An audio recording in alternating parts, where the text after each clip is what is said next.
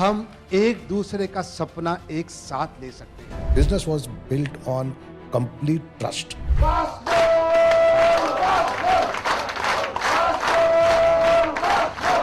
I used to sit with the workers outside. अच्छा. And that was the biggest learning experience of my life. KBC आ रहा है, हमको उसमें advertisement करना है. And he made this wonderful film of Super Vasmol 33 Kesh Kala and he said, Vasmol ने किया कमाल. That was the jingle. Oh yeah, I remember the jingle. Fail fast, fail cheap. Fail fast, fail cheap. Fail fast, fail cheap. Fail So fast, fail important. cheap. I think that fail fast Fail and cheap. then fail cheap. And the other thing is, don't fall in love with your innovation. Correct. As luck would have, God was so kind. Came Nach Bali. Malaika Arora was the judge. Wow. And we bombarded that episode, that season with this particular film. And Streax became Streax. The power of media, the power of right communication. I always tell founders, make a company that can be bought. Yeah. Don't make a company which you want to sell. We wrote a song, Hum Hai Vasmol, Bechenge Vasmol. We grew by 18% next year. And after that, we kept on growing in double digit. Incredible. आगे रहेंगे अपना गोल वास्मोल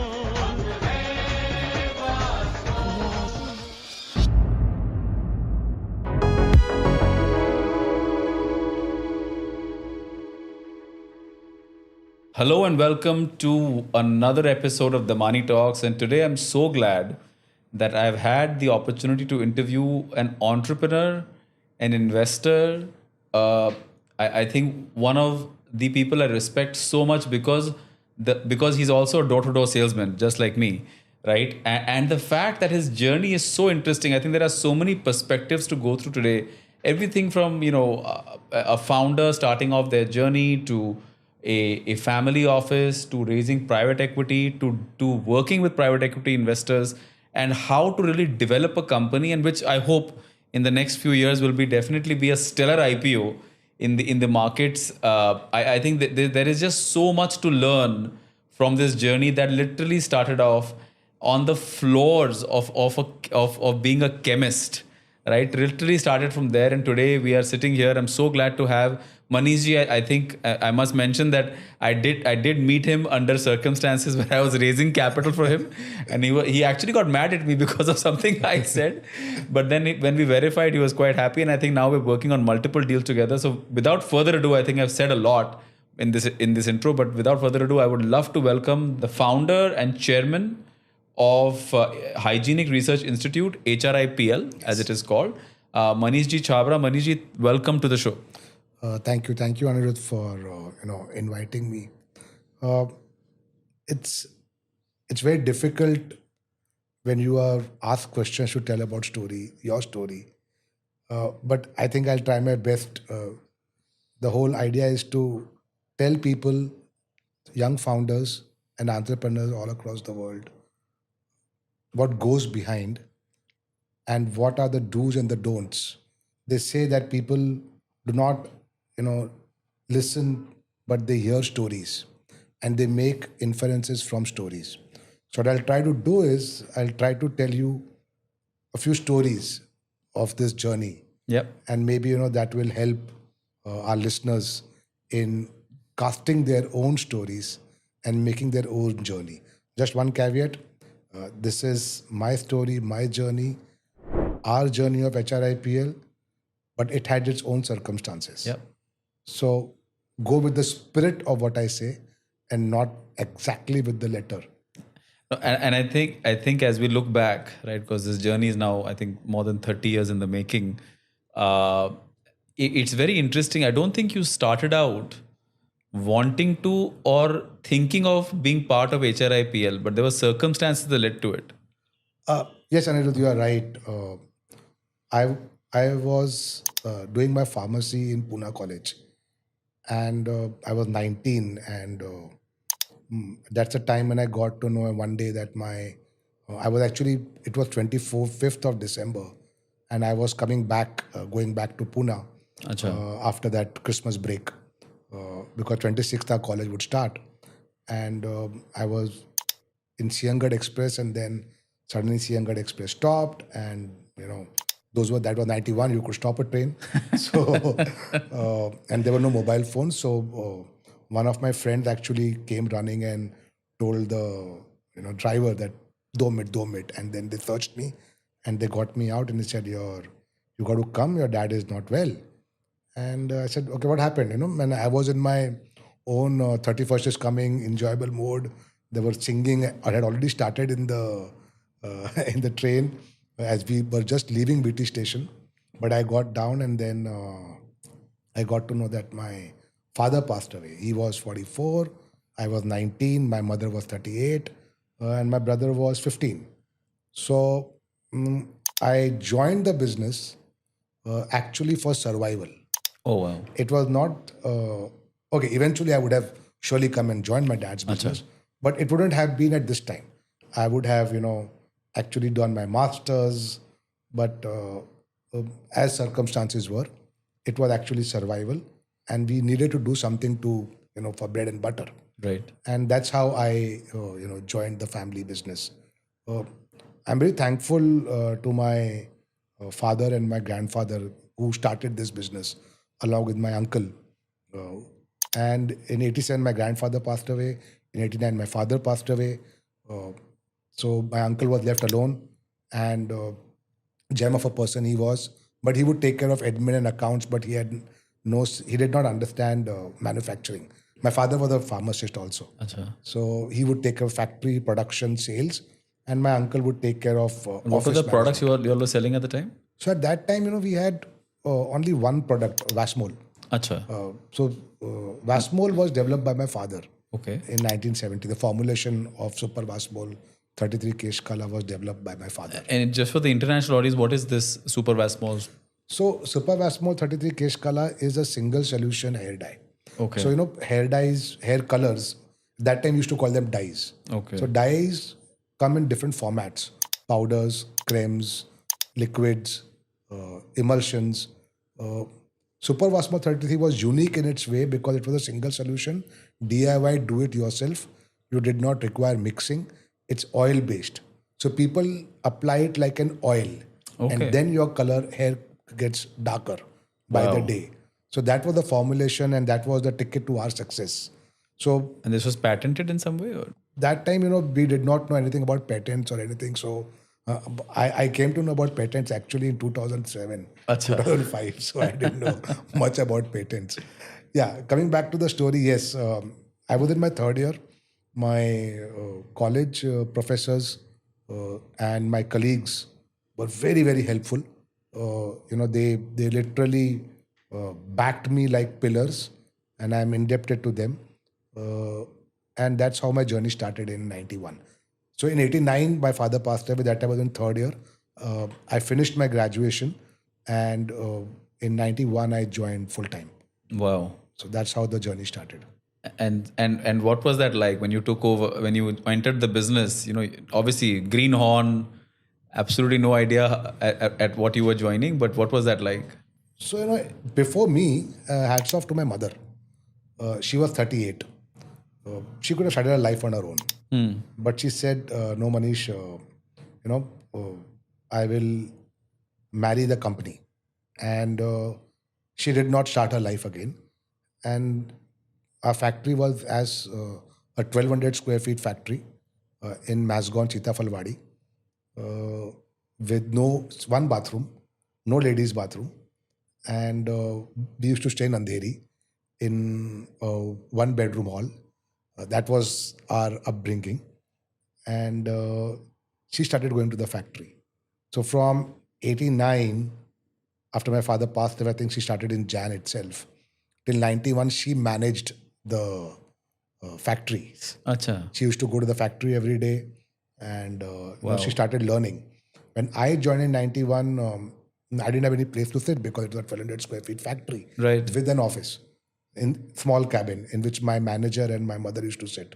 So I used to sit with the workers outside. Acha. And that was the biggest learning experience of my life. Please tell us about it. I've heard, I want to really get delved into this. Because I was from Pune, I I knew how to speak Marathi very well. And all our workers were Maharashtrians. And they were in love with my father. So when I came, they wouldn't openly, because they were scared of the manager at that point of time, because he was obviously the karta dharta at that time, because we didn't know anything. They would tell me to wait after 5 o'clock, and they would teach me the formulation and how to make it. And because I was a pharmacist, I understood it very fast. And it just took me 6 months, and I understood the trick of the trade. And so at that time, we had 3 products: Super Vasmol, Silkish shampoo, and Brahmol. It was an oil. So shampoo and oil was easy to make. Super Vasmol was the difficult part. Okay. But I managed 1 batch, 2nd batch, 3rd batch, 4th batch. And then I started making it on my own. And one thing led to another, and I mastered the full art of manufacturing. That's how the journey began. Wow. And after that, how long, like, were you involved in the sales, or just also in the just in the manufacturing? So, the funny, very important story to this, how I came into sales. I had met Rochelle, my wife, in Pune College. So in '93, we decided to get married, and I was just 24. Wow. 23 actually, not even 24. And she was 21. And those times we said, let's get married, and we just decided to get married. I knew at that point of time that if we have to grow, we'll have to move out of this small factory, Right. and go somewhere big, because the demand of the product was day and day increasing. Oh, really? Wow. And it was all organic. We didn't have to go anywhere. And the demand, so we had only 4 distributors, okay? One in Abdul Rahman Street in Bombay, one in Sadar Bazaar in Delhi, one in Calcutta, Bada Bazaar. Bada Bazaar, yeah. So there was one distributor out there, and there was one distributor in South. So 4 distributors, or you may call it a super stockist, or whatever you may call them. The demand started increasing. And then somehow Northeast started getting bigger and bigger. When Northeast started getting bigger and bigger, our distributor from Northeast, Mr. Amrit Lal Jain, he was a very close friend of my father. To a very large extent, he and his son were my mentors. Okay. For teaching me what sales is. So they told me, Manish, why don't you come and visit the sales? So I said, yes, I will. But they said, but we require more products, and you will not be able to manufacture it in such a small factory. Start a new unit. I said, okay. In 1993, we started our biggest unit, thanks to my grandfather. He had the vision that he had made a factory in MIDC, Andheri. Okay. But it was empty. There was nothing. It was raw. So I went there and I said, I want to start the factory here. I went and told my mom and my uncle said, Manish, will you be able to do it? It's such a big factory. You know how it is. These are white elephants. Once you start. And again, 93 is not the time when people talked about starting factories. Trust me, I don't want to get there. I'm just trying to be politically correct out here. I said, no, I'll manage. Don't worry, I'll manage. So my wife is a Catholic and I'm a Hindu. So I got married technically twice. So on 17th of November, we got married in the church. Okay. So the Catholic rituals and everything. On 18th of November, we went to the factory, me and my wife. My wife had joined the company itself. She was the R&D head because she was also a pharmacist. So she said, I will take care of the laboratories. So at that time, in a pharmaceutical unit, you need to have a laboratory, you need to have a production chemist. So I became the production chemist because I was a pharmacist. So I got the license under my name. She became the quality control head and R&D. So she got the license under her name. So she became the quality control head. And we started manufacturing. It was a 15,000 square feet factory. Wow. But we said we will do it in 3,000 square feet. Okay. So only one floor, we bought some machines, and those times mostly hand operated. We started our 17th November, we got married. 18th November, we were there in the factory. We made our first batch. And 18th to 24th, we made 4 batches, and then filling of those batches, testing of those This batches. is all Super Vasmol at the time. All Super Vasmol, only Super Vasmol. And then 24th, we took a break. Then 26th, I got married the Hindu way, the fairas and everything. So you use like, this is the 1 week test to make sure before. Yeah. So when I tell this to my children and to my friends, they said, "Oh, really?" I said, "Yeah, we got married, and the next day we went to the factory because we had to make the first batch." And that's how the journey started. Actually, that was the turning point, because now the production capacity had increased. We had, the demand was there, supply was not there. Now we had increased the supply. Now we needed to create demand. Correct. That prompted me, and in 95, my brother also came in. Okay. He must have been also 23. Yeah, so my brother, he finished his graduation. So he said, "Manish, you know what, I'll take care of marketing and the other part of the office. You take care of sales." My mother said she'll take care of operations. And my wife said she'll take care of the laboratory and the quality control and quality assurance. Wow. So now the whole family is now one big family, all Chhabras. And my uncle was the conscious keeper. He was, I can go on telling about him. He was a father to me. He actually adopted me and my brother Ashish. I should tell you this, in those times, when my father passed away, my uncle, without a blink, the next day, transferred the full shares of my father to my mother without even blinking an eye. He was so graceful, no questions asked. He said, "Now you are going to be my children and I'm going to take care of you." So that was my uncle. So we were 5 of us in the family, and all doing their own parts and roles. I went to sales. That's the time I went to Northeast for the first time. A pharmacist that enters sales. This is going to get interesting. Please.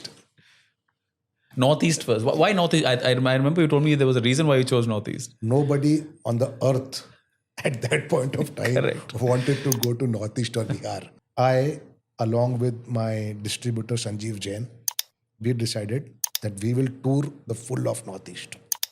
And we took one very small, rugged Maruti car. We should drive on our own. We had those stoves, chawal, dal in the dicky, and some samples, both of us and 2 salesmen. So we should start from Guwahati. We went from one city to other city to other. It was a 30-day tour. And I'm just married, okay? Yeah. And I am out. And I'm going to ask you later that what does it take to get... And it was just, I was so passionate about it. And, I remember those days we used to go and see, in Northeast, the water is very, it's hard water. So we used to keep the water in the night. And, the iron used to settle down and the water used to come up, and then we should take a bath from that. And staying in one dorm, salesman dorm hota tha, where you get bunk beds. So we used to sleep there, all 4 of us. Wow. Take one room, stay in bunk beds, cook our own dal chawal, because Sanjeev Jain was a Jain, so he could not eat non-veg. I could still eat eggs and all, so I was fine. But he could not. And then the journey started. And it was a golden period of our life.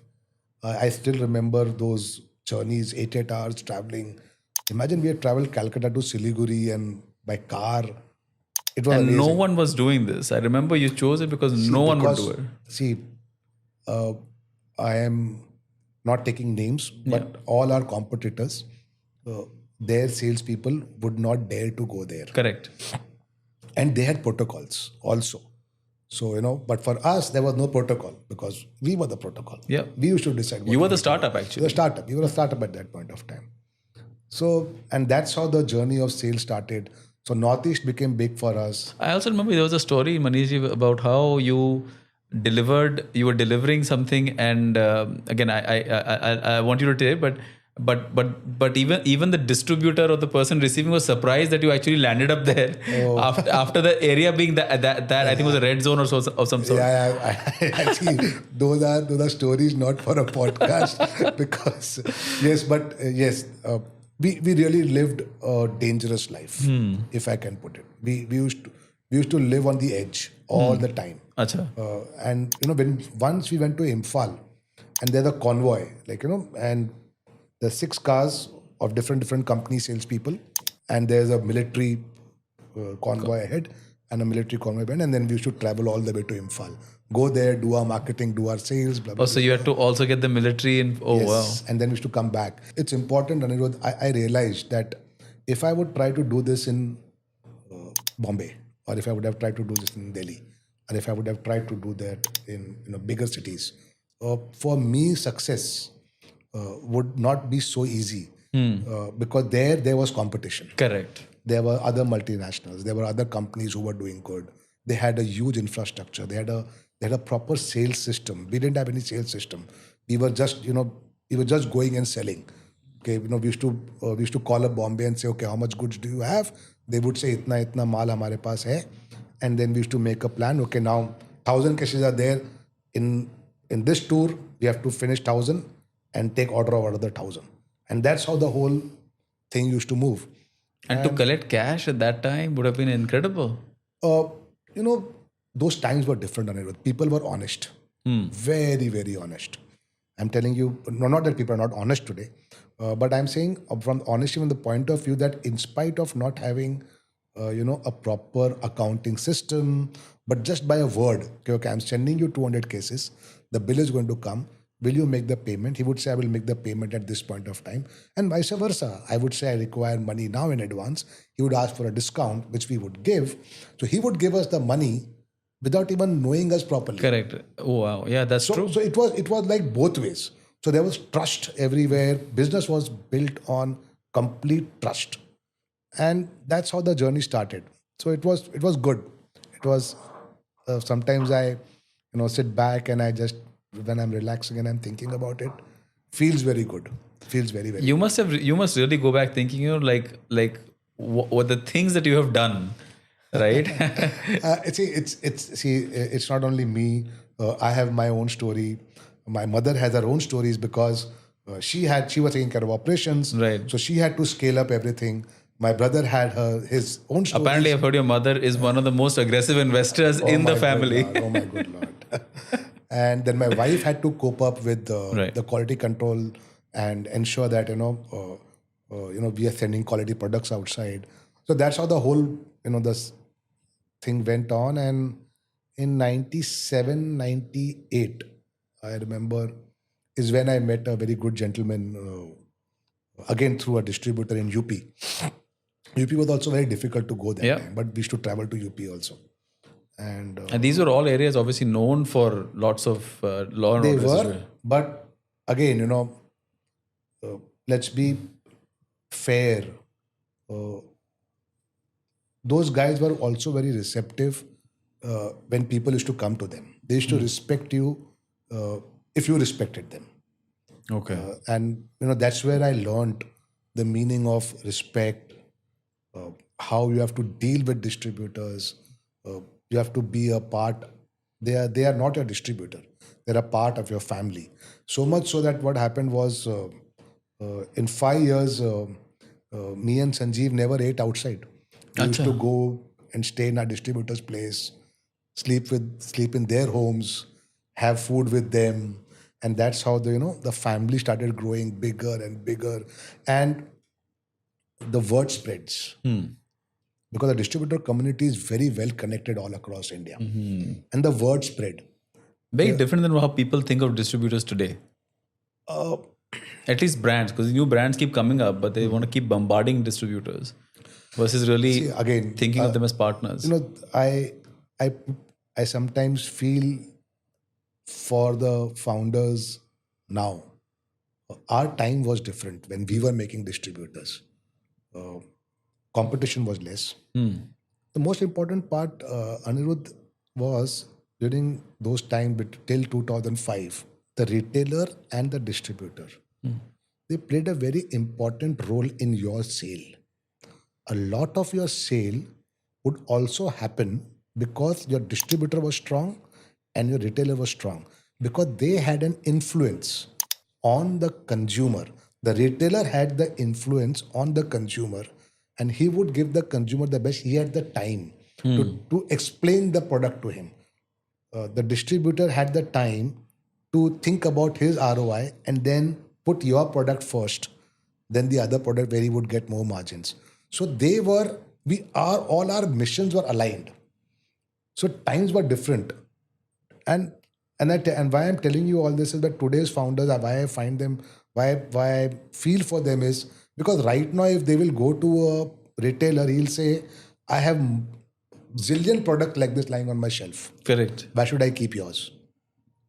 A distributor will say, listen, I don't have the time to, tell the people who come to me, okay, take this product or do this. Because everybody is giving me the same margin. Now it is all about ROI and, so they will not support you the way. It's all about ROI and how something moves fast. Exactly, and moves fast. So now they'll say, jo dikhta hai, wo bikta hai. Haan. In our times, when we started our selling system, that time it was much more easier. And I feel for the founders now. Really? Wow. I feel for them. And so 98, 99, I think the business starts getting some bit of scale, right? And now you're really starting to grow. And then 2000s obviously comes up. Yes. What was the first thing you were thinking about when you hit the new millennium as far as your business was concerned? See, in 2000, we had grown. We had also matured. We had understood the importance of systems, processes. Our roles were getting more and more defined. Good people were coming in the system. Now Manish was no more a salesman. I had time to sit back and probably work as a GM at that point of time. So there's a salesman, there's an SO, there's an ASM, there's an RSM, and there's a GSM. And you created this entire ecosystem. Yeah, obviously, I had a lot of help from my colleagues who joined me. So the first person who joined me was SO of some other big company. Okay. So he told me what SO works. So now I understood what SO is. And SO stands for? Sales officer. Sales officer. Okay. And then it became ASM, the area sales manager. So now every state has an area sales manager. Now above them, the zonal sales manager. So at every given time, I started moving from SR to SO to ASM to RSM. And then finally, I became the GM, if you have to understand the whole hierarchy. And now I did not have to actually all the time go and do retailing. Before I used to do retailing. I mean, you were the sales guy and the GM. And the GM. Correct. And now I had salespeople. There's a full hierarchy system, which was, the credit goes to one Mr. H.N. Singh, who joined me in 98. And he was from ex-Kevin Care. So he had a lot of knowledge in sales system. So he developed the whole sales system for us. He told us, for how many SRs there should be an SO, for how many SO there should be an ASM. And, and then the whole pipeline started getting developed and the sales system became bigger. And when you have a proper sales system, standard operating procedures were put into place. But was it easy for you to hand things over to Mr. Singh, or how did he actually convince you to hand things over to him in terms of creating the system? No, Anirudh, one thing is that I was very quick to realize, okay, now I require fresh brains and my knowledge is limited. See, one thing which I would, like to tell all our listeners is that know your limitations and always get a person who's much smarter and intelligent than you to run your operations or whichever department you want. The only thing as an entrepreneur, what you have done is because you have run it for some period of time, you know what the right questions to be asked. So as you grow, it's not about you always doing that thing, but you should know what are the questions which you should ask your direct report or your DR. So that, once you know those things, and that can only happen if you have done it. Yep. Even if it is for a month or even it is for 2 months or 3 months. But if you have been there, done that, you have faced the nuances of those small things. So giving power was never issue in my mind. I've kept on giving power, not because there was a fear of giving away power. It was always because that was the right thing to do. HN Singh was the right thing to do. He had to become the GM. And I had to move up because now I had to think about other things which the company needed to grow. See, when we How many people were there? Sorry, I was about to So I ask. started with, we were 20 people together. Today we are 2,000 plus. Wow. So yes, it's a journey. And I believe profitable almost all the way throughout. 100%. Yeah. 100% profitable. There was never a time. God has been kind to us. My uncle, one of the biggest quality of my uncle, who was the chairperson and we used to all, look upon to him and ask him for an approval for whatever we did. He never said a no to whatever we said. Acha. He would only ask us one question, and in different ways he would ask that if this fails, what will happen? If that fails, what will happen? If this fails, what will happen? What is your plan B? What is your plan C? And it all ended to one simple question: how much money are you going to lose if these things go south? Wow. And then he would calculate and say, okay, fine. If you lose this, we will still be profitable. Doesn't matter. Go ahead and do it. And that confidence which he gave into us, me and Ashish both, it was tremendous. That was the help which helped us to grow. So, that's how family businesses grow, where there is complete transparency, roles are very clear, and you respect everybody's authority. So we have never done anything without asking our uncle. Never. We needed an approval. Even though the shareholding was obviously... It doesn't matter. It was, he's the head of the family. Right. He needs to be asked. And we will ask.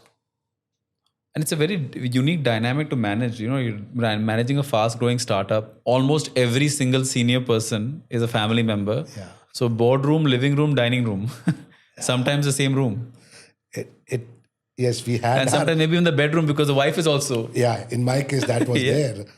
But it was interesting. But I think the values with which, a family was built up. But would you all do quarterly board meetings? How would you manage the reporting structure considering there's so many stakeholders who are all also in the business? So, at different levels, there were different things. Till 2015, we didn't have any external investor in the That's company. true. So we had, the family was there. And I keep on repeating again, in 2007, when the family decided, okay, now you need an MD CEO, and they made me the MD CEO of the company. They said, now the ball stops at you. You are responsible for everything. They told Ashish, you are, the joint MD and you have to take care of marketing. That the ball stops at you. They told my mom that operations is your responsibility. That's where it stops. They told Rochelle that new product development, quality control, quality assurance is all your responsibility. Wow. And so we all had our own responsibilities. We all knew what we were supposed to do. And there was no scope for anybody of us to falter. And if we falter, then we would sit in the room and say, okay, fine, this is what happened. And we would reason it out. Obviously, everybody made mistakes. Yeah. And I'm sure that not always was it rational to speak without emotion, but... emotions always come out. Correct. Always. They always come out, But when you have elders in your family who are, guiding you and ensuring you that, we will work together, we live together. Now they say the family that eats together lives together. Yeah, that's true. Family that prays together stays together. Yeah. So we kept those simple things clean. We used to have dinners together. We used to pray together. So, all those things kept us together.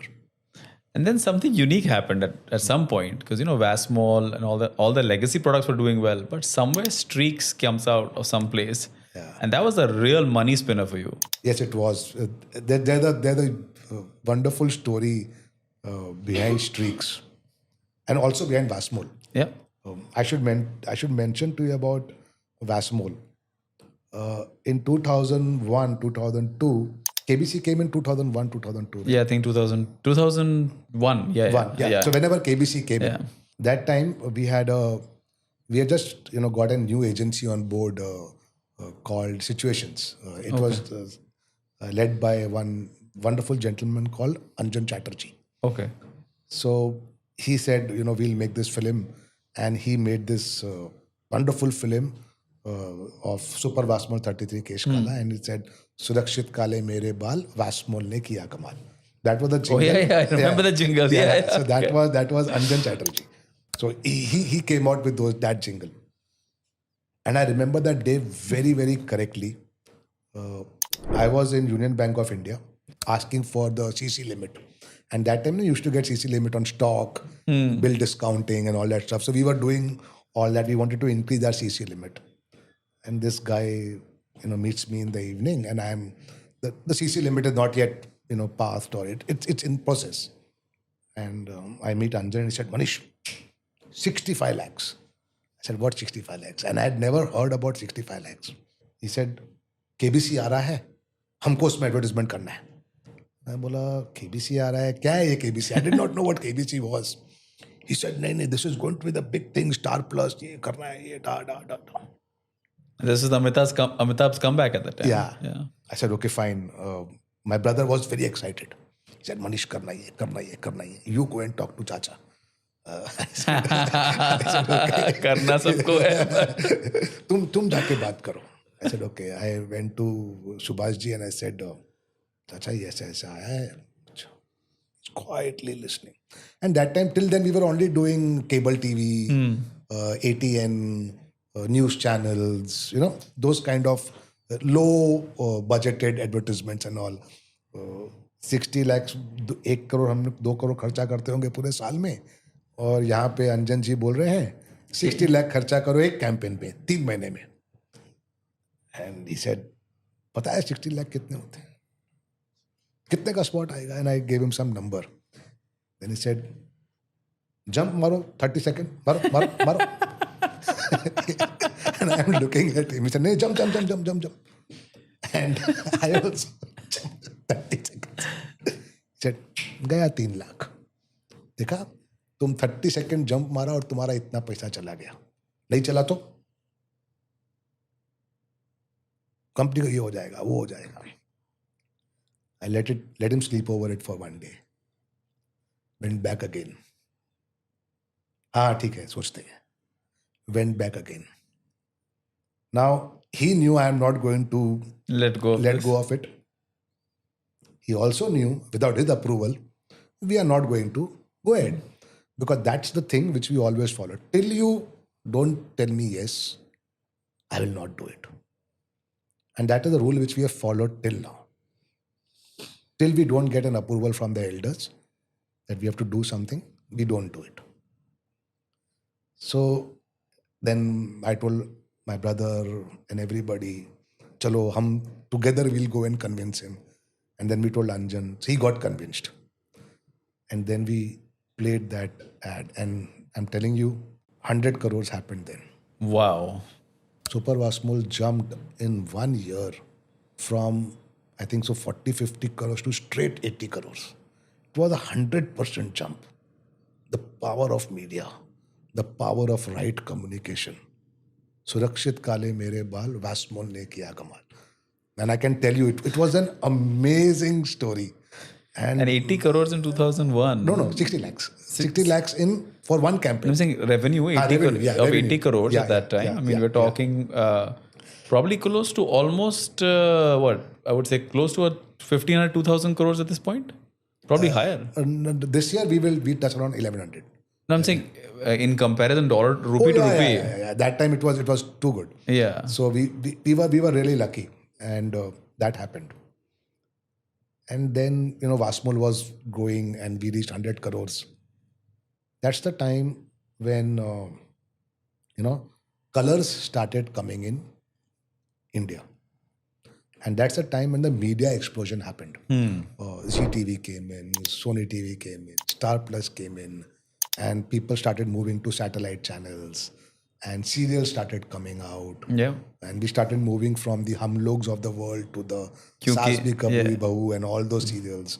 And you started seeing girls wearing good colors on their hair, burgundy. Okay, not blonde, but they had started going from black to soft Light, black, light brown, burgundy. So Vasmol had that limitation. Vasmol can only do black. It cannot go to burgundy and it cannot go to different shades. So I said, now colors banane hai. Now I went to Rochelle and I went to my R&D team and said, we have to make colors. They said, we have been trying from a long time, but somehow we are not been able to crack it. We require the base formulation for that. I said, okay, what to do? Again, I went to Mr. Sanjeev Jain and I told him colors banane. He said, yes, karna hai. And both of us said, okay, fine. And we made our company presentation and I took French lessons. And I understood that I want colored hair and all those, the basic lingo I learned. And we contacted one guy in Paris and we said, we are coming. You take us to all the color manufacturers in Italy and France. And without knowing anything, we didn't know anything. We just left, both of us, moving from one factory to the other factory to the other factory and asking them, okay, we want to make colors. Now they are saying, yes, 100%, like red carpet welcome. But we will give you tubes. You sell them. You take it back to India. You label it the way you want and you sell it. Now that was the simplest thing to do. It is like, third party manufacturing. Correct. Exactly. Contract manufacturing. I was very clear. No, I want the formulation. I said, no, I am ready to pay. Let's get into a technical collaboration. I don't want to get into the third party manufacturing. I just want to be a purchaser. I want to manufacture. I want to manufacture. They did not listen. Well, okay, fine. Interest, not interest. And then from there, I came back to India and I was speaking to a few pharmacist friends of mine in the US. And they said, yahan pe you get a lot of consultants who will help you make the formulation. I said, acha, aisa hota hai? Chalo, chalte hain. US. And that flight was, I don't know, 38-hour Bombay, Singapore, somewhere, Houston to, it was Sykeston. I reached Sykeston, where my friend was there. Because I had to go to, I didn't know how to drive at that point of time, was scared of driving abroad. Yeah, so I needed some base. So I called up my friend and said, I'm coming and staying with you and you have to help me. He said, yeah, come. So I went there and me and my wife, both, we went. And we reached Sykeston. And there, sending mails, the MNS was there. घूमता था. सबको mail भेज रहे थे consultants को. Met 1, met 2, met 3. Nobody is responding. कौन है ये India से बंदा? Nobody is, wanting to chat. Nobody is responding nicely. One fine day, I get a response from a guy from Chicago. So I told Devang, my friend, how far is Chicago from Sykeston? He said, 10-12 घंटा लगेंगे. We'll go. Acha, he came with you. Wow. And we drove all the way to Chicago. And that journey was also very interesting. We got caught by cops and all that stuff happened. That's a different story. And we reached to this gentleman's place. He was very helpful. I had made a presentation, so he was very impressed and come back to India. Rochelle, Ajit, they were the two boys, and one Mr. Desai was there. Who was, helping in productions, helping my mom actually. He was also a very big asset to the company. He helped us set up a lot of factories and systems and processes on the operation side, like how HN Singh set up in sales, he set up in operations. And I told them banana hai. So they made the formula. Done. Deal. Product made. And we did a conference in retreat. First time 5-star hotel retreat. called all the distributors, very, very happy. And, in retreat, there is this, in the swimming pool, there is this, some sort of a bridge. Yeah. So we made a pulley where the Streax carton will come up, and the big Streax carton coming up and clapping and shouting, and everybody's excited. Wow, color aa gaya. Then we had brought one technician who did the demonstration in front of everybody. Everybody's coming and touching. Arey tumne bana liya, color ban gaya. Everybody's very happy. And we said, ye launch karna hai. And order do. That time the system was order do. Excitement. People are giving orders. And now we have to tell this side, now you have to start manufacturing. And then the party starts in the night. Then there were around 20 distributors, and they said, aapse baat karni hai. Kya ho gaya? And we went to them. Ye Streax nahi chalega. I said, no, what is this? No, आप गलती कर रहे हो बहुत बड़ा life में. मैं बोला क्या गलती कर रहा हूँ भैया बताओ. बोला ये Streax किसको बोलने नहीं आता है. कोई Streax बोलेगा, कोई Strokes बोलेगा, कोई ये बोलेगा. ये एक अंग्रेजी नाम है. Vasmol is the right name. हम इसको Vasmol में जाते हैं. Vasmol दुनिया जानती है और हम इसको Vasmol के अंदर ही निकालते हैं. Vasmol colors. Now, I was actually convinced, okay? I honestly listening to it, I'm actually a bit convinced कि Vasmol colors does sound very interesting. Yeah, I said, करेंगे. And Anjan, I went and told Anjan. And he shouted at me like, are you crazy? Do you understand what do you mean by branding? Do you understand where you can extend your brand? Vasmol is heritage, traditional, oil. This is modern. This is color. You have to understand, Manish. That's the time when I started actually understanding M of marketing and B of branding. Till that time, I was a salesperson. Wow. I realized, okay, this is what it means. And it just took him 5 minutes for him to, explain to me and Ashish. Ashish was on the other camp, actually. Ashish also wanted Streax. And then I went and told the distributors, nahi, ye to Streax bol ke aayega. Sir, fail ho jayega, aap try kar lo, ye hai, banana, dikhana, all that stuff. Then he came and he said, Anjan said, acha, again, whenever Anjan come like baat karni hai, oh shit, ye kuch naya kharcha ka kaim leke aaya. He said, celebrity lenge. Bola, celebrity? नहीं celebrity. Colors है, celebrity तो होनी चाहिए. Then Ashish is telling me, Manish, celebrity तो चाहिए है. Now Ashish and Anjan is one camp. I am myself. In the middle camp, and then there is your uncle. There is others. We'll take Malaika Arora. Malaika Arora, I did not even know the name. We had heard about heroines, but we didn't know about Malaika Arora at that point of time. I think Chaiya just she was famous for that. Yeah, but she was not like, She's not a mainstream heroine. Not a mainstream heroine. Yeah. And nahi. She is perfect for colors. So, okay, go ahead, do it. So, film was made. As luck would have, God was so kind. Came Nach Bali. Malaika Arora was the judge. Wow. And we bombarded that episode, that season with this particular film. And Streax became Streax. The power of media and the power of right communication.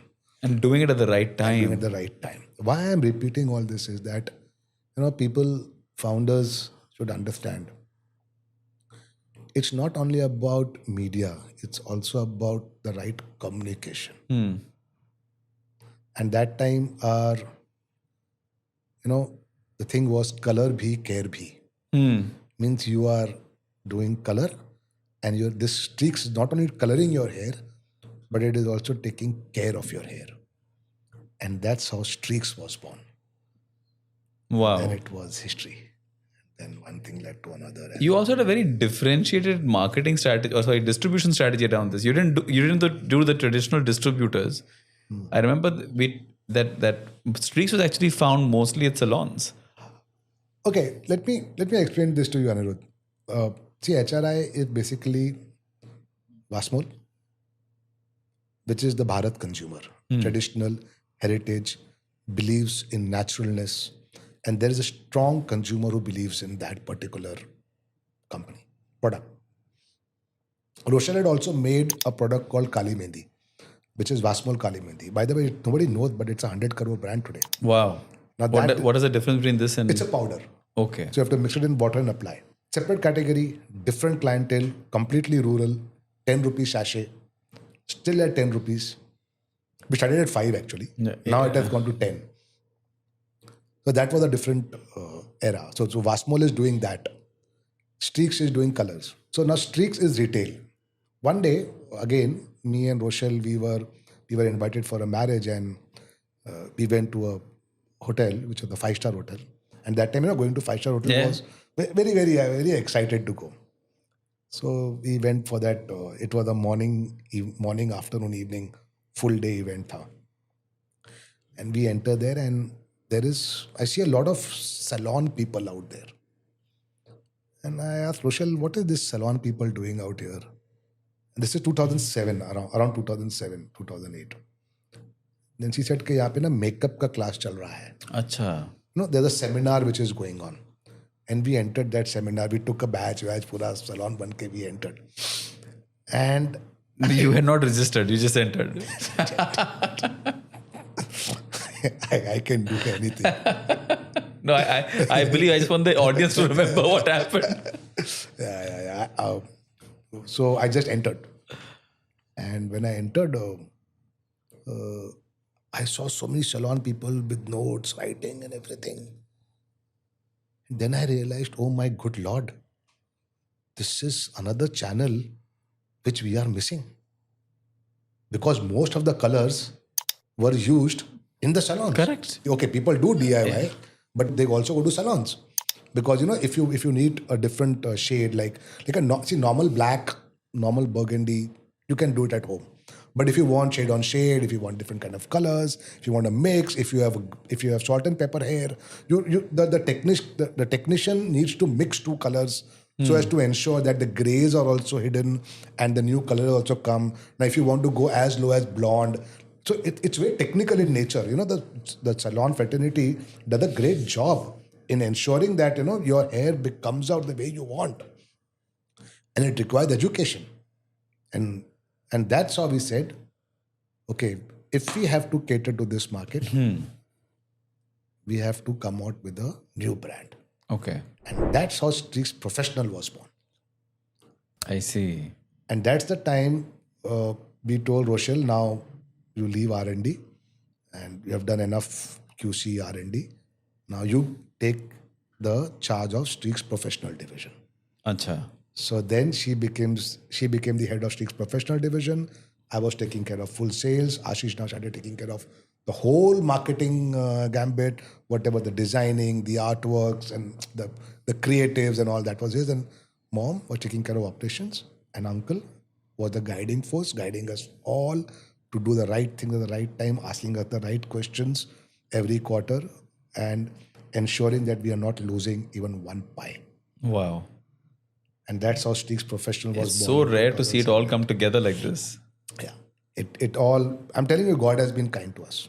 So from after that learning from the seminar, like I believe you certainly were very focused on getting out to a market that is underserved, because most people don't think salon first. Yeah. It's by 2009, 8, 7, 8, 9. So what happened was, so today also there is a lower end of salons, then there is the medium end of salons, and then there is the creme de la creme. Yeah.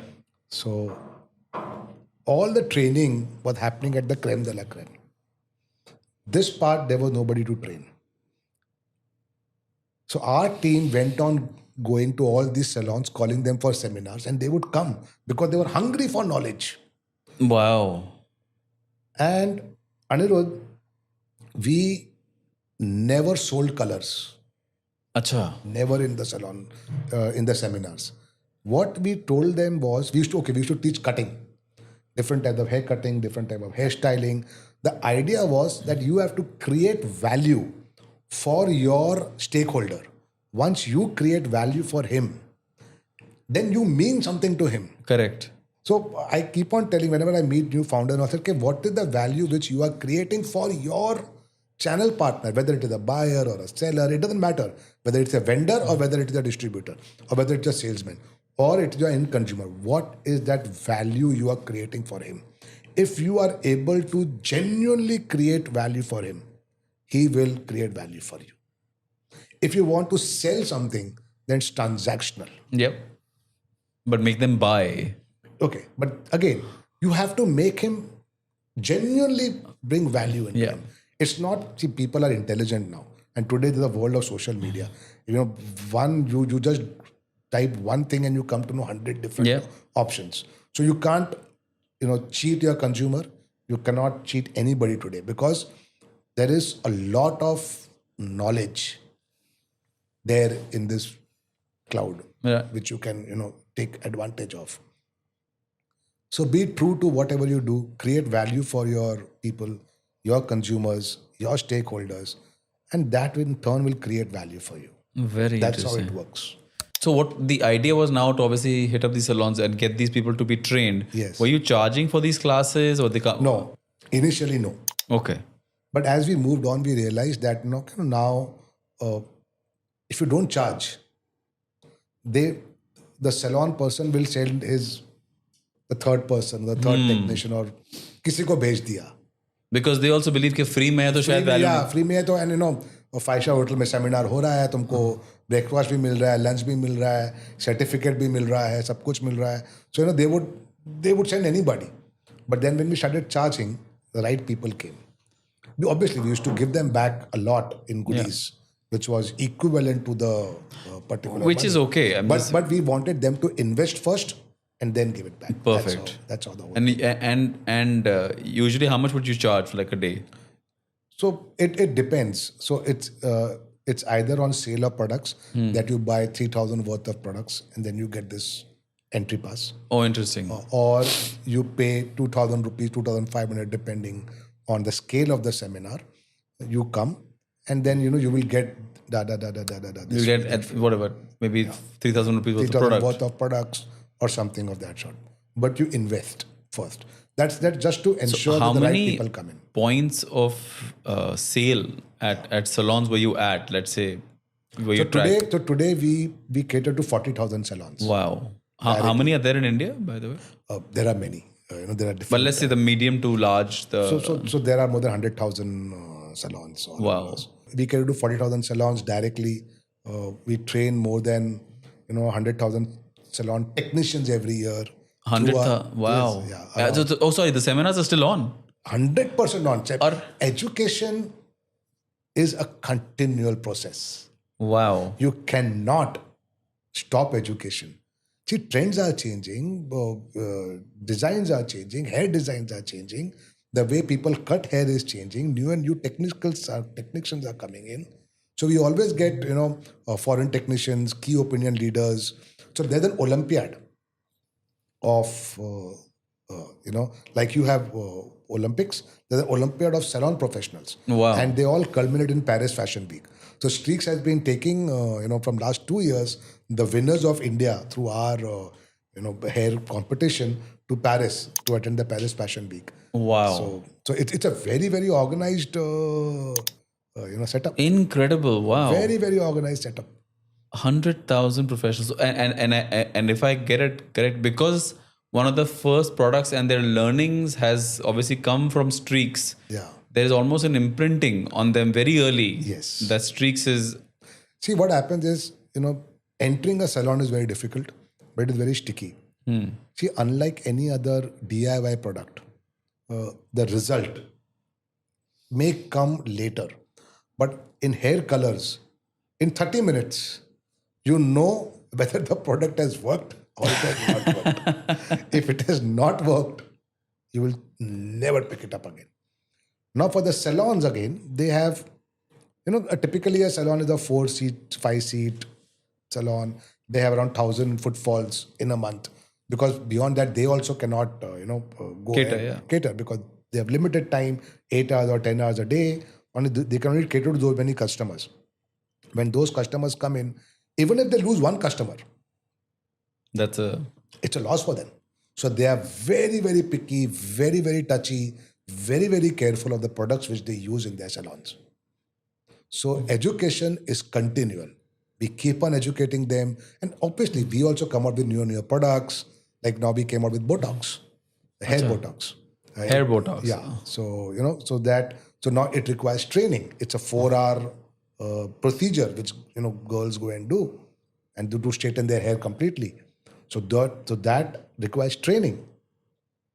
So it is complete education all the time. Seminars, education, seminars, education, seminars, education. Wow. So Streax comes out 2007, 8, 9. Yeah. Takes off, obviously. And then at some point, and about 2008, you became MD CEO. Ashish ji became joint MD and then marketing head. And then about 5 or 6 years later, obviously it was announced in 2015, but I'm sure the decision was made at some point. We need to bring in a private equity investor. How did that happen? Or were you being bombarded with offers all the way through and you just decided to act on one? So, the biggest problem HRIPL was facing at that point of time was attracting right talent. I used to interview a lot of people. They would come, they would feel fascinated by the story, our journey, and then they would not join because it was like a family business. They were not very sure. They were all professionals coming from big company, because now the time had come in 2007-8 that we required people with experience and from the similar industry to come and join in. Till such time, we were not choosy. Whoever was ready to work, showed the zeal, had whether he had the skill set or not didn't matter to me. The only thing which mattered to me was that whether he is ready to take the plunge. The attitude mattered. The attitude was there, but skill set was, yes, basic, obviously, yes. But not like, you have to be there to get this job. But in 2007-8, again, I realized that, now if this division has to grow, or if any division has to grow, whether it is operations, R&D, marketing, we'll require specific skill sets. We'll require a person with a proper brand manager who has done branding. We'll require a R&D head who has done research in big companies. We'll require a good CFO to come in who has been in account. Now those, we cannot go along with the same set of people by which, what got you from there to here is not going to take you from here to there. It's very simple saying. So there's a book, I think, with the same name. Yeah. So I realized that, and I said, now change is required.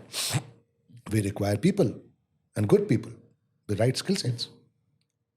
And when that thought was going on in my mind, an advertisement came in Times of India, MDP program in IIM. I said, best place to go. I'll meet a good cohort, all people, and I saw who all are going to come. Not the names, but the positions who will come. I said, best place to go. Recruit. Only one agenda, recruit. You went to the MDP program to recruit. Just your recruiting and marketing. I just love this for the sales techniques being utilized. Recruit. I enter and like a honcho, like complete suit would pen ke I am entering the IIM class and all. Biju Varki is taking at 5 o'clock. He's giving his lecture, and in his hoarse voice he says that if you have come here to find any solution, you're not going to get one. I said, then we don't give solutions. We teach you how to think. Correct, right. And if you have come here to recruit, out of this. I said, is this guy reading my mind? What am I doing? But anyway, I was there. So I said, abhi aaye hai to pad lete hain. And those 9 days were the best days of my life. I learned so much. I forgot everything. I forgot HRIPL. I forgot everything. I just became a student. Teacher, student. and learned. First time I had a case study in my mind. Okay, this is the case study. Okay, da da da da da da. Okay, this is how case studies are done. And I used to, and anyway, the MDP program are very, very intense. They keep you awake till like 3 o'clock, 4 o'clock in the night.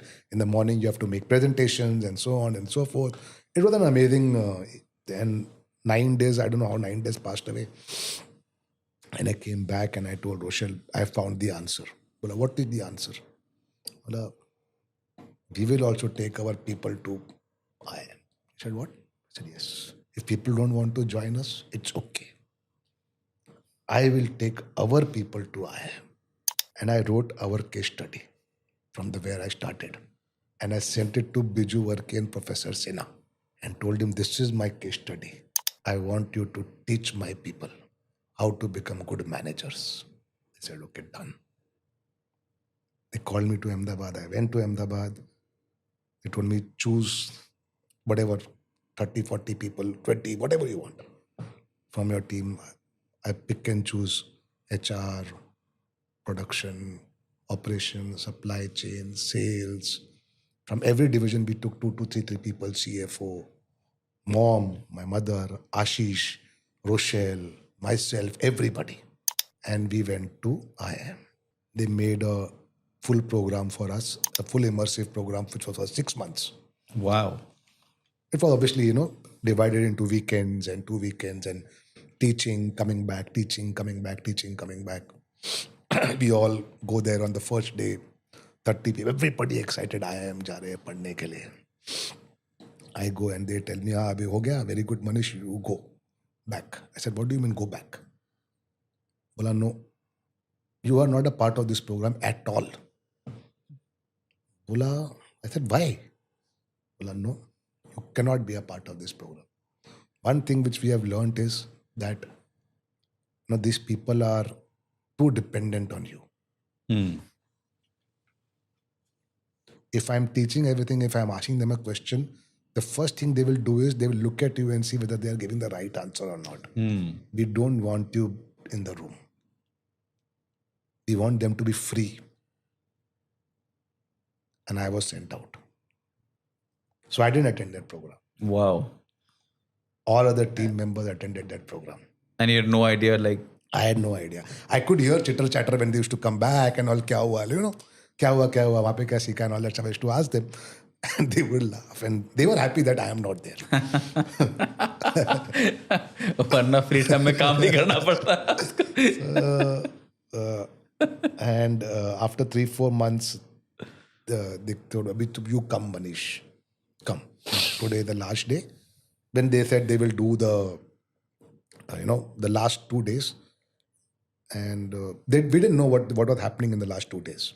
Baki, everything was set, Case studies were coming, people were studying and they were answering and all that stuff was happening. Like a proper MDP program, but for HRI, for our people. And then in the last 2 days when we went, I was also called. And they said, now you will be an observer. You are not going to take part. And there was a case study which was given to everybody. And in the morning, 6 o'clock, they were told to come. And the case study was such that these guys had to stay awake the full night. And 6 o'clock in the morning, they made the team write the mission and vision statement and mission statement and values of the company, which is today still there. Wow. So it was bottom up.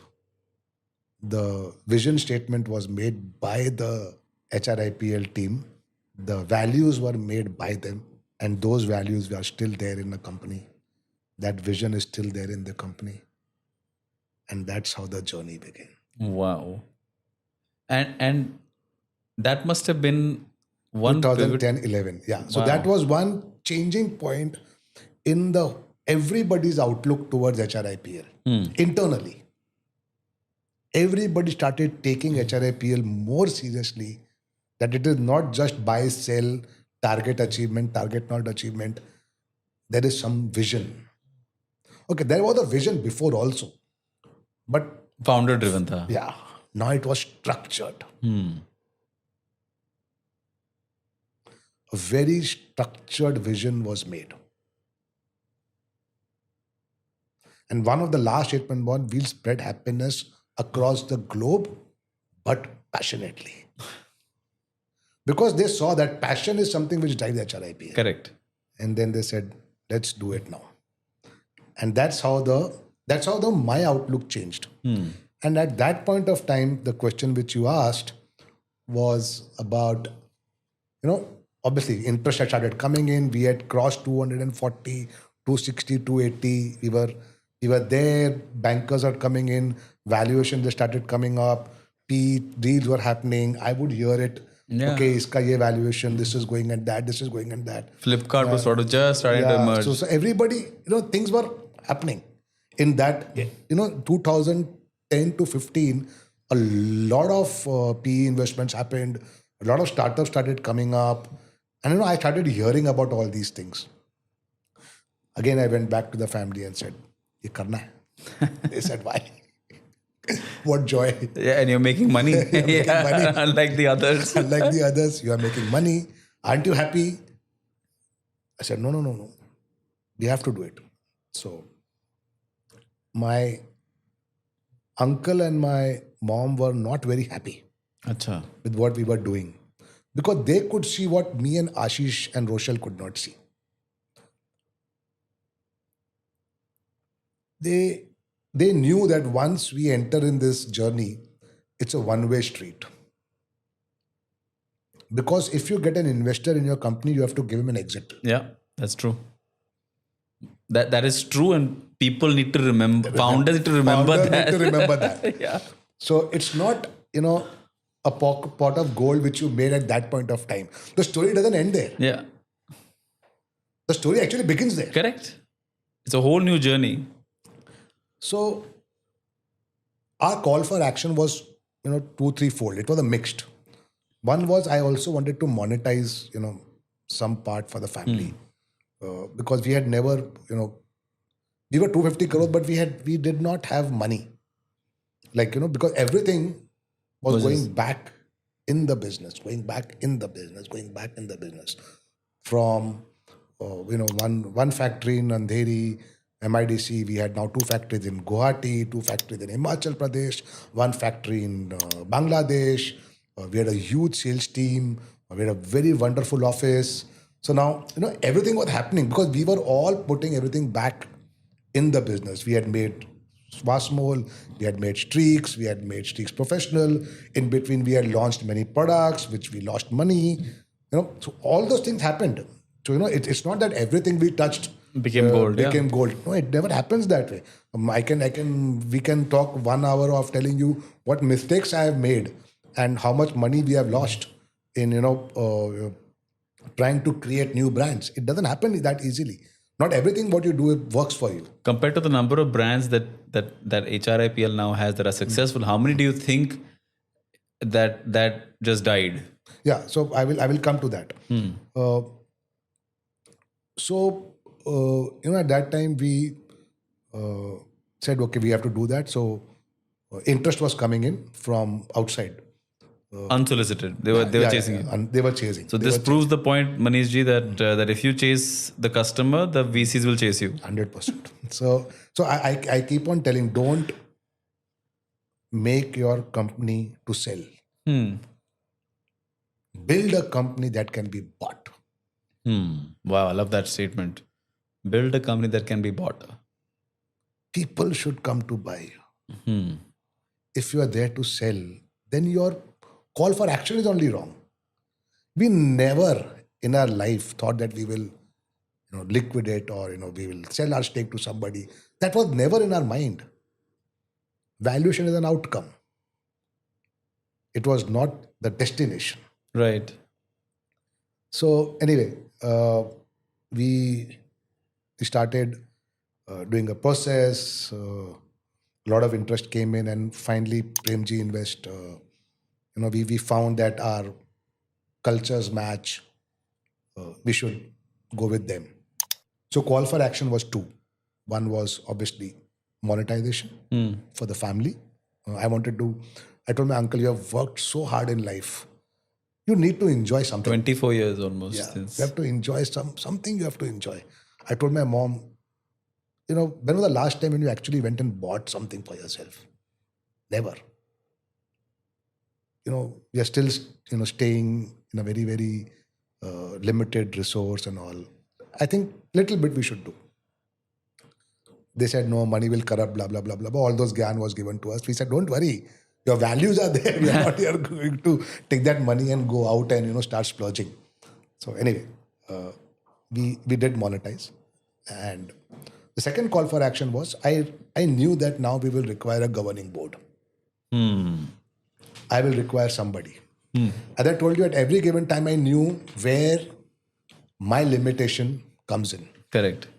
Now I knew if I have to lead as an MD CEO, I myself will require a lot of guidance from people. I will myself require governance because now one mistake and the loss is going to be big. Right. And I can't do that. There are so many people, so many families who are dependent. HRIPL is a family. My one rash decision, one mistake can ruin so many lives. So true.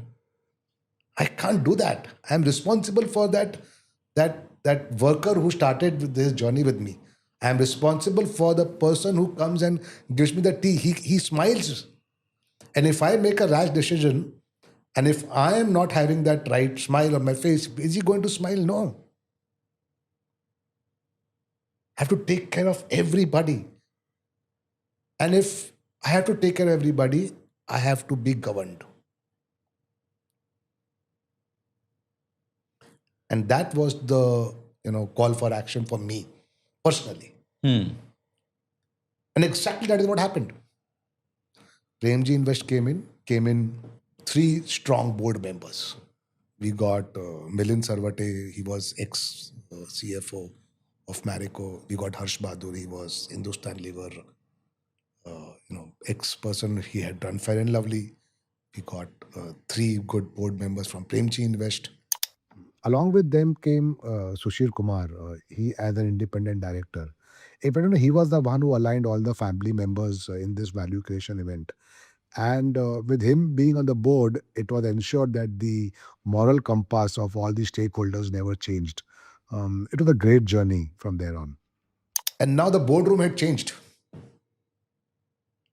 Now we had sold very minority stake to them, but now every quarter, every month, we are answerable. Before it was, I would tell uncle, okay, we lost money, ye quarter hua nahi. He would say, okay, fine, don't go back home, slap yourself and go to sleep. Now, no. Now you are answerable because now you have taken outside money. And I wanted that to happen. They came in with a lot of ideas, thought processes. So to answer your question, at that point of time, just before Premji Invest came in, we had come out with a deodorant product. And we had spent around, if I'm not wrong, around 40-50 crores in making that brand. And wow. And it was doing around 30 crores of sale. Annually. They came in and they said, first thing they said, we will stop this. And I said, Baba, I have spent 50 crores, 50 crores, whatever the amount was. No, don't worry. We have to be focused. We are a hair company. We will live in this zone. So brand architecture was made. I said, okay, now brand architecture is being made. I did not know what a brand architecture was. So all those things, those things keep, and I'm so thankful to them that all those processes came in place.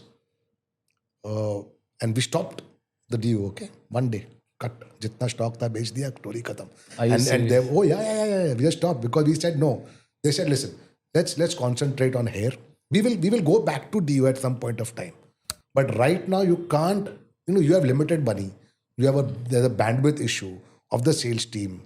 You have to ensure that you use your time of your sales team, your operations, your supply chain, everybody in a proper manner. You cannot just keep on, extending just because wo bikta hai to aap wo product nikal lo. It doesn't work that way.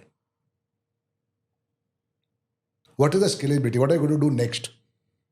And if you do this, how many other different things you can do True. under Streax? And that's what happened. We closed DO, we started Streax Serum. You know, those kind of great, intelligent thoughts, ideas came on the board. Profitability became, we were doing around 5 to 6% EBITDA before they came in.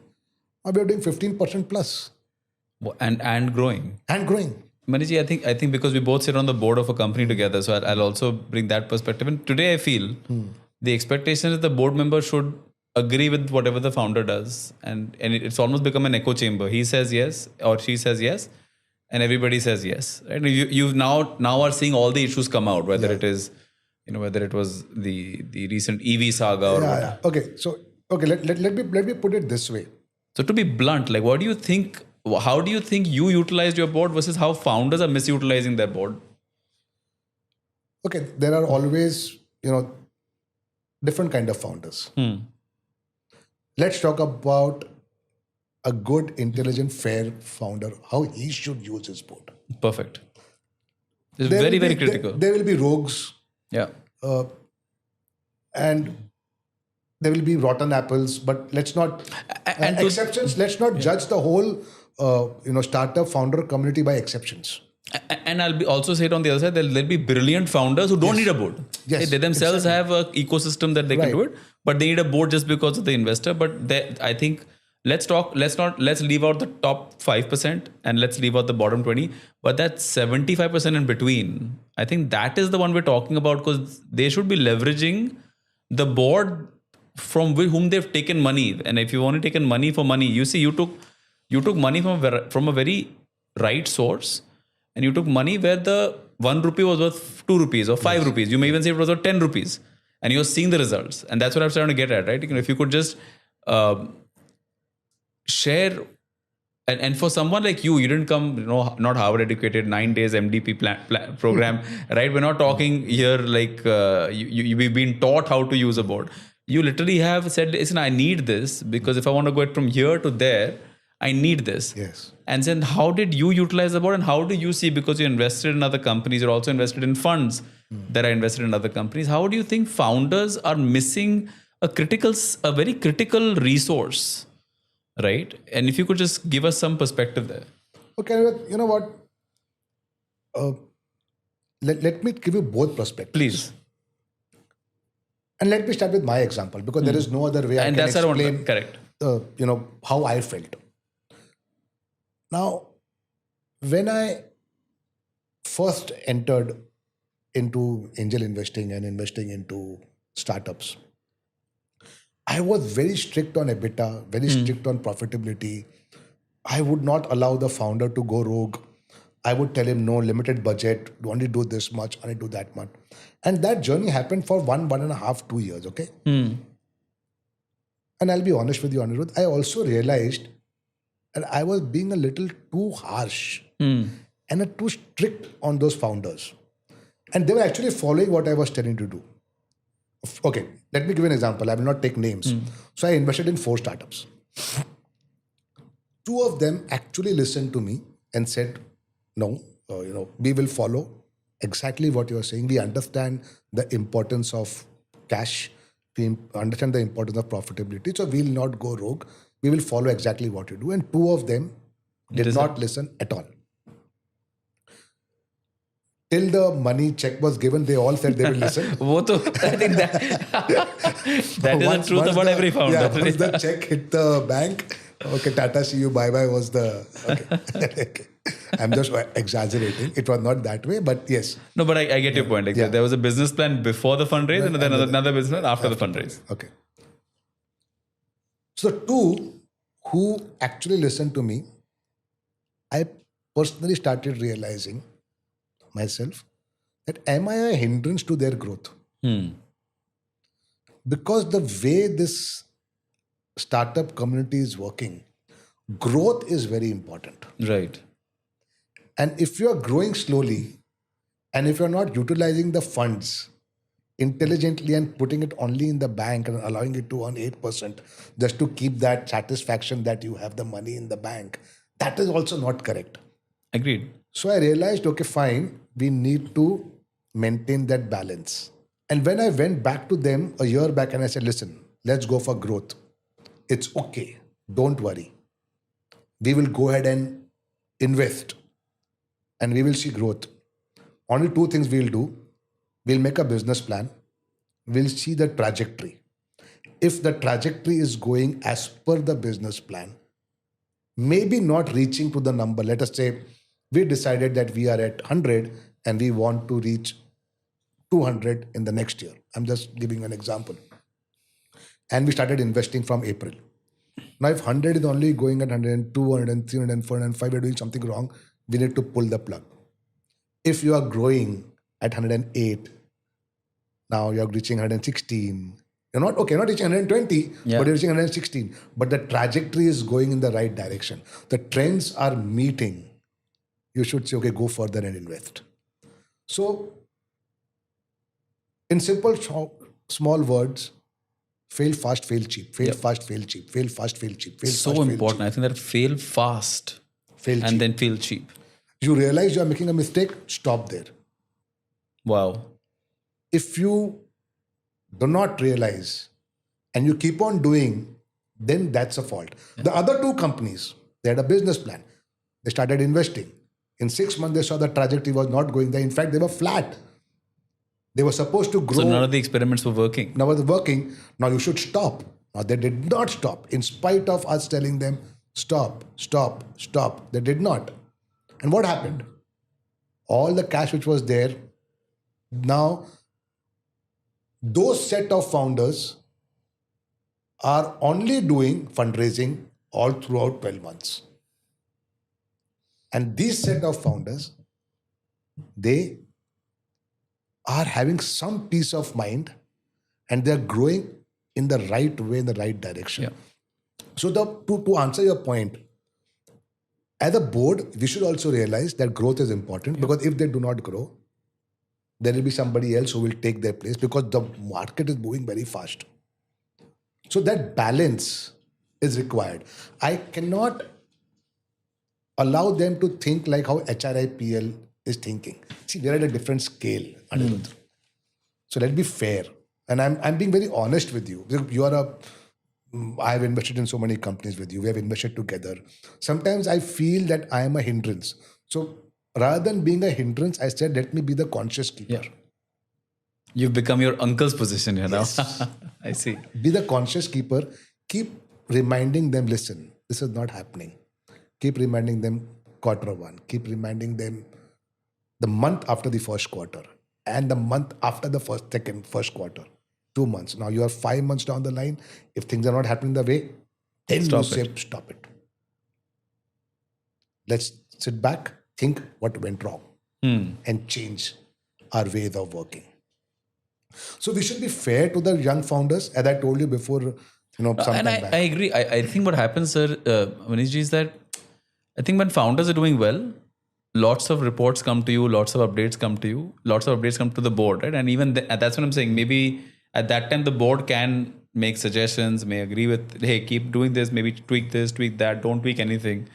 It's when the bad news starts flowing, right? Because obviously it's a business. Nothing's going to be great all the time.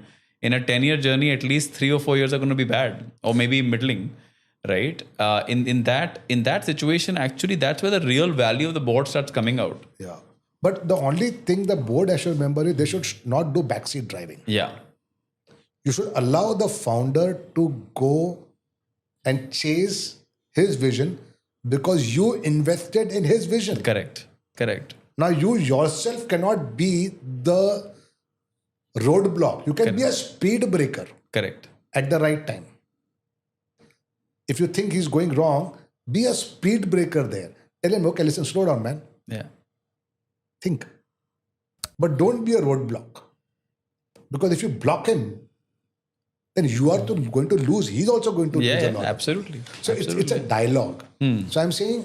but I feel that founders are not... Like, imagine if you have someone with your knowledge on the board, right? I think you don't get a Manish Chhabra on the board of your company. Forget the four. Let's talk about the next four also, right? Just for his money. Then you literally lost the plot, right? Because honestly, you get Manish Chhabra because he will tell you all the mistakes he has made. He has lost 50 crores on a DO. He's probably lost another. I mean, if you go over the lifelong of it, probably over 100 crore on different experiments. Exactly. So you don't have to make the same mistakes on which he has personally lost 100 crore. Yes. Right. You are right, Anirudh. But let's talk today. Today, there is, as we say, VCs and investors and angel investors like us have also become a little cautious. I am just requesting, investors like you and others that don't corrupt the mind of the founder by giving him false, valuation targets and dreams. Be real. Invest behind his vision. Allow him and give him, enough fuel so that he concentrates on business and not on fundraising. Fundraising, yeah, I agree. The problem with a few is that they do something which is called the carpet bombing. They will invest small amounts in different founders. Now what happens there is the founder, poor guy, that much money will take him only from year to year. Yeah. Then after that, he's again going back, meeting and pitching for more money to new investors rather than concentrating on his business. Yeah. So invest in few startups whom you think have that right vision and right values, and then back them fully. Yeah. I'm not saying that all investments which we will make will yield the right kind of result. There are external factors. There are somebody who's much smarter than you. Sometimes the idea which you think works maybe doesn't work the way you thought it would work. So those things will come in, but you will make lesser mistakes. Yeah. Mistakes will happen, even both sides. In fact, you said something that I probably haven't been able to articulate very well in this journey. So when we started thinking about this double down model that we use, right? What the intent was, if I give the founder the confidence that as long as you're performing, don't worry about the next 50, 60, 70 crores. It'll come from one of the funds that we have. We'll get that done. Just focus on chase the customer, get the customer. Yeah. Don't worry about the money. Right, that was our intent. Quite honestly, I felt every time founder, imagine a plane, it pushes back and gets to the tarmac, it gets to the taxiway, it needs to be refueled again. We've only given it enough fuel to get to the taxiway. It gets on the runway. Arey Baba, fuel is out again. Let's fuel it again. Exactly. Then it takes off the ground. That's the right analogy. That you give enough fuel so that it can go from one destination to the other destination, or at least get to mid-flight. Right? Yeah. And then you know what to do. Correct. So yes, we have to be careful. We are responsible investors. As I say, as an HRIPL chairman right now, executive chairman, I'm responsible for the board, management committee, and responsible for the whole HRIPL family. We as angel investors or VCs are also responsible for these founders. Correct. They are young boys, girls who have left. Some have left meaty jobs, meaty salaries, and come here. It is our responsibility also to ensure that they make it big. And fail fast, fail cheap. I think that's the important part, right? Because the expensive mistakes that are coming out today, where hundreds of crores are getting, then you have tens of thousands of people that are getting out of a job, entire ecosystems are getting affected. Yeah. Let me give you my example. When Premji Invest decided to, second time around, double down, as you used the word double down, so I realized that, okay, now what? Now again, I realized now the stakes are becoming much, much larger. Much, much larger. Even than I imagined in 1991 when I started, or the family started their journey. We never imagined that, we will be at this stage, which is so heartwarming and so nice. We said, what do we do? Again, I realized that now we require professional management to come in. And again, I took a step back and allowed professional management to come in. Yes, we handled them for 6 months, decided everything, made the do's and the don'ts. We ensured that the fabric with which HRIPL is made, that does not get distorted. True. Cultural changes, okay, people, sometimes mistake that if you are changing, if the new management is coming and changing things, they are changing the culture. No, change is required. But within the guardrails of the culture is very important. You don't change the fabric by which HRIPL was made. So we ensured that, they do not distort that. And we don't do backseat driving. And we give the professional management complete, both authority and autonomy to do whatever they want to do. Is a testimony to say that when you are investing in a startup, you do the same. Correct.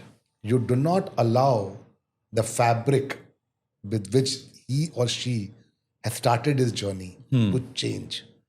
And you don't do backseat driving, but you ensure that he grows and does not get deviated in his journey with which he started with. That's what you're supposed to do. Wow.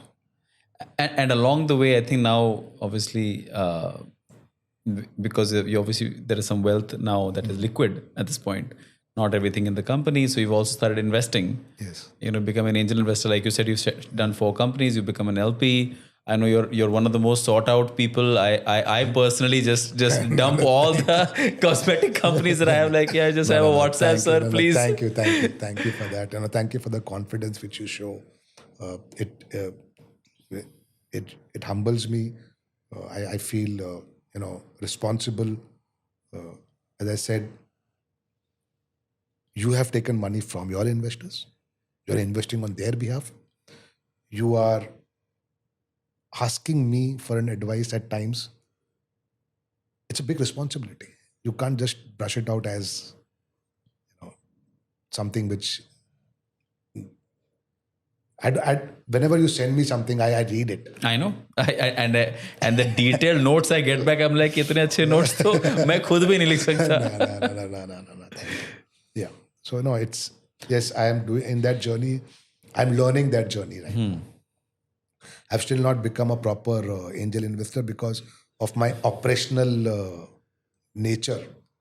I'm very hands-on. I've been very operational all throughout my life. But honestly, sir, to see you in a boardroom, and I've seen this now, I think I've seen it. Well, obviously, we saw it with the company we have invested together. We haven't announced it yet, so we'll just leave the name out for now. But obviously, in that company, in the way you treat or even speak or even encourage those founders, but also the recent one where you had the founders were in there and good numbers, right? But just the way you started out with a very it was a very interesting way of how empowered they felt at the start, and then you gave your perspective, and by the end they were completely on your side. Yeah. And the reason I'm coming to this specific company is because when you raise money, and I remember you talking about it, that when you raise money, the first time the SHA came in your hand, there are covenants there, right? Until now, you've been running companies on your own, like board meeting is all, it's there, but it's literally a rubber stamp, right? But now there was all these covenants, and you said, I think it took you a long time. I remember. It is very difficult. SHAs, they are funny. You feel that you're giving away your life. But SHAs, SPAs, they are made with the worst possible permutation that can happen. In real world, it doesn't happen that way. But you have to read them with the right spirit. Yeah.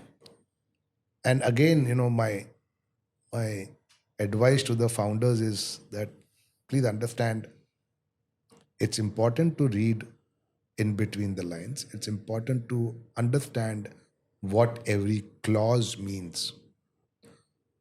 But every clause is not draconian the way you think it is.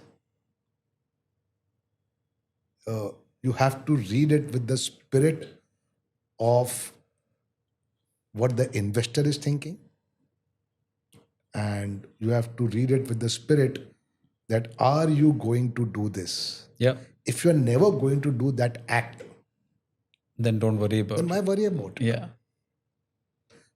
You know, I have met many founders who come and tell me, sir, अगर ये हो जाएगा तो ये लोग तो मेरा पूरा बोर कर लेंगे, मेरा पूरा 100% कंपनी चला जाएगा. मतलब आप ये करने वाले हो क्या? नहीं. Then why you worry it? And I also feel like to your और example. मतलब अगर आपने कर भी दिया तो आप तो गए ही गए, उस बेचारे का पैसा भी गया. Correct. वो कंपनी नहीं रहेगी तो you know what are you going to do? Think about it in that particular fashion. That's what I was going to say. If you do that worst act, there's nothing left in the company to salvage. What is he going to do with it eventually? You know, so it's either lose or win. Yeah. It's never going to be I win and you lose, or you lose and I win. It's either going to be win Or lose. Yeah. If we lose together. If we win together. Correct. It can never be I win, you lose, I win. Never. It never happens that way. You know, there's a saying that, you know, when you buy a flat, the buyer always thinks that I paid ₹1 lakh more, and the seller always thinks that I pay ₹1 lakh less, and I got ₹1 lakh less, whatever. But you have to ask them, okay, if this buyer goes off, go and sell in the market at the same cost, you're not going to get it. Yeah, correct. And you have to ask the buyer, you go and buy at the same price some other property, are you going to get it? No. So it's all in the mind. A buyer will always think that way. A seller will always think that way, but that's okay. If you have the faith in what you're doing is right, go ahead and do it. Just have faith and take that leap of faith. That's very important for every founder, every investor. And I tell investors also sometimes, you know, they try to go too deep in between the lines. If this does not happen, if what will happen? If that does not happen, what will happen? Listen, it's a startup. They are made assumptions. If they don't make assumptions and don't make their business plan, then you will say you are not making a business plan. Now, if they have made an assumption, if you're saying an assumption is wrong, poor guy, where will he go? But at the same time, to the founder, I would like to say, do not create unrealistic assumptions in your business plan, because after the first quarter, you are answerable. Yep. So be real, both sides. Just so many learnings, Manishji. I think I hope I could keep you for another few hours. I want that 1 hour with all the losses you were talking about that you have made. I want to really learn. Some other day we will surely talk about it. Yeah. But that getting said, now as you look forward, right, 2025, it's been 10 years since the first check came in from Premji. I'm sure that they are also now coming to some, although they're not a traditional fund, but obviously there is an expectation at some point to start to monetize. So what does the next 5, maybe 10 years look like for HRIPL? See, yeah, you know, as I said, it's a one-way street. At some point of time, you know, your investor. In our case, yes, it's PMG Invest, and they are one of the most amazing, most patient investors, you know, anybody can get. But yes, they also have their, you know, internal. And they are the only investor on the cap table. Nobody. Yes, only investor on the cap table. They will want an exit, and it is the duty of the board and me as the executive chairman and the family responsibility to give them a handsome exit, which will happen. Fingers crossed. The management committee currently who's led, they are doing a great job. We will surely come out with some value creation event in the next 24 months or 36 months. It will be a good one, I'm sure. And yes, I at this point of time, I can say yes, there will be a value creation event which will happen in the next 18 to 24, 30 months, which will be fruitful for everybody involved in the business. And yes, the family will be there again. For us, it's a legacy. Yeah. We will continue. The next generation is also getting involved. Yes, very soon. Yes, they will eventually at some point of time. We will want them to shadow, the CXOs currently. This will be the fourth generation in the business. Yes, fourth generation in the business. They will. But I noticed one thread all the way through is Rochelle. You know, every time you came up with something, you went back and spoke to Rochelle. I went back and spoke to Rochelle. What is the role that, because I feel that she is the co-founder here, right? Yeah. Obviously Ashish, everyone is, but I'm saying for you personally, she was a co-founder at multiple levels.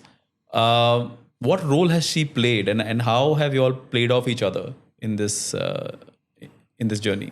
We have from day one, now it has been 33 years of marriage and 37 years of courtship, if you can say. Well, foundership, I would say. We have gone through our, own journeys in our own way. Never allowed business or business decisions to interfere in our personal relationship. We have been very clear on those, few aspects of life. By nature, she is very accommodative, I can say. And she's a great cook, by the way. Yeah, she's very accommodative. And because she's very accommodative, it makes my life easier. Yes, the only person who has been operational all throughout, even today, correct, is her. And NDP, right? New developments are. And she reports to the NPD, CEO right now. Yeah. Oh yeah, that's true. She reports to the CEO. Yeah, that's true. Wow, yeah, that's true. She reports to the CEO, and the management committee then eventually reports to the board, and the board is led by me. So yes, obviously, it's a very interesting dynamic there. Very interesting dynamic out here. But that's what I was trying to get. I allow them to do what they want to do. Yeah, I don't interfere much. Because I think it's a very interesting dynamic. You've got a third-party investor. Obviously, they themselves are a family office investor. Yes. You are an entire family involved in the business, run in a professional manner. This is just breaking so many of those myths out there. Yeah. Right. No, see, and it's very important. My current board, we have a very strong board right now also. Acha. Yeah. And like we have Aditya Ghosh and we have Sheeni. They bring in so I would say they bring in that right values at the right time to the family, and ensuring that the family and the investor both are kept honest. True. And they ensure that there's a smooth transition of dialogue and understanding. So the board plays a very important role, and I would urge family offices, family businesses, that they should choose the right independent directors to come on board, because they are a bridge between you and the main investor. They ensure that both expectation setting. Okay, let me put it this way. They ensure that the expectation settings are met in the right direction. Investor has some expectations. The family has some expectations. The board ensures that they keep that expectations honest on both sides. That's very important. So I think a good board with a proper management and right intentions is the right recipe for success. For success. Wow, I think this is perfect segue to really summarize what we've learned so far, right? I mean, 1989. Today, 36 years later, we're sitting here talking about an incredible journey, which I think in many ways, I mean, you're only 55. So really the journey has still got many more decades to go. You've got your next generation coming in and a bright set of responsible individuals that you're bringing on board. Yet there is a very strong culture there. I have personally experienced it, obviously, because as being co-investors in a couple of companies together. And just, I think there is an overall persona, an overall ethos that really runs through the family. And it's amazing that we, where this started. And if you think of where it could have, so many places could have gone wrong. But the ability for you to and I love that statement. I'm gonna definitely put that on a t-shirt, right? Like fail fast, fail cheap. Yeah. Because you always hear fail fast, right? But fail cheap is also very, very important. Don't bet the entire company on an experiment. Yeah, and always remember, Anirudh, I always tell founders, make a company that can be bought. Yeah. Don't make a company which you want to sell. Correct. Because then you are chasing something which is called as a valuation, which technically has to be an outcome. Correct. And not the destination. So true. I again, there's just so many quotable references here. We could have a t-shirt series, right?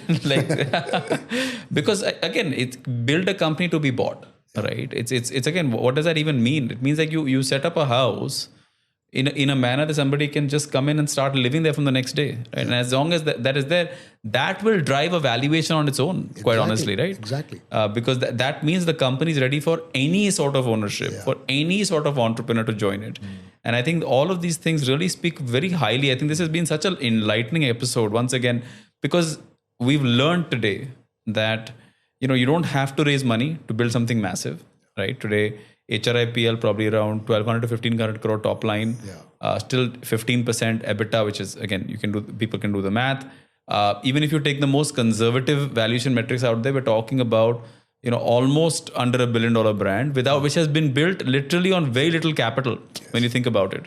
But the legacy, the fact that, look at how long people remember those ads from, right? Look at the kind of ad, look at the kind of places you experimented and went out. You did things, and at that time you did things that day that nobody else wanted to, and then now you're doing things that nobody else can. And I think I always go back to and tell founders, do you realize what it takes to be at 40,000 salon points in this country? And do you realize that on all salons here look like supercuts, right? Like you said, 5 seats, it's very, very small.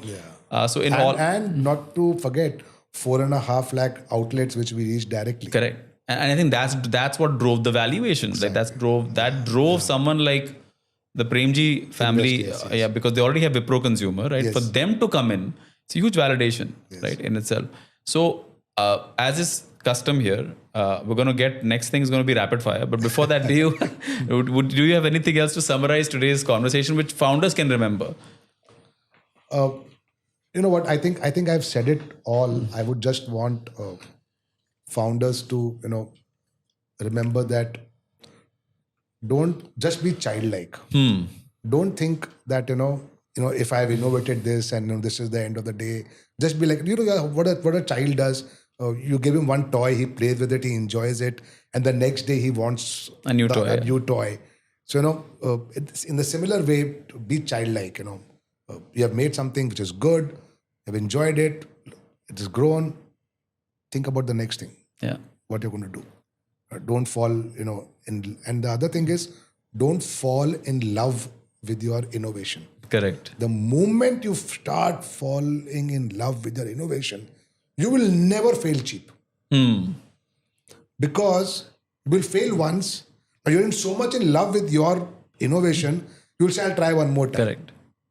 Then you again try one more time. And now the cost of failing is becoming expensive. Because Every single time. You are trying. There is data in front of you, but you're not looking at the data. You are saying, you're not looking at the data. Yeah. And you are throwing the data away because you're in love with that particular. Don't fall in love with the product. Don't fall in love with the product. Yes, start with that, but then look at data. Because data is important. Go with your gut. Look at data. Trust, but verify. Yeah. That's what they say. Incredible lessons all the way through. I think you left us with another tidbit that is going to be in the next episode when we bring you back. But I would love to, just the rules of rapid fire. Manish ji, simple. I have a list of around 10, 12 questions here. Whatever I ask, whatever first comes to mind, please tell us. Because again, we're just trying to learn now what you're like as a person. So are we ready? Do you need a break? Sure. No, I'm Good. fine. All right. Perfect, sir.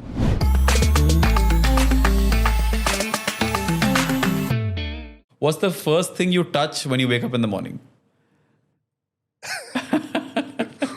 How much did I sleep? Ultra human.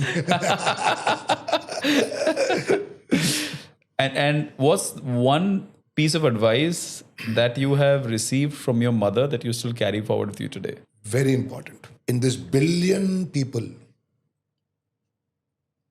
you got one brother. You could have had anybody. Friends are by choice. Family is God-given. If you believe in God, believe in your family. Wow. Because from 1 billion, 2 billion people, you have got one brother, one sister, one child. There is something God wanted, right? Right. For And you why to you? be together. Correct. Always remember that whenever you have some doubt in your mind. Wow. And she says it to everybody in the family, not only to me. One trend in beauty that you think is overhyped?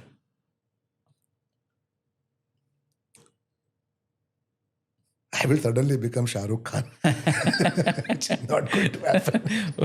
I have to respect my beauty. And I have to try to enhance it. See, beauty lies in the eyes of the beholder.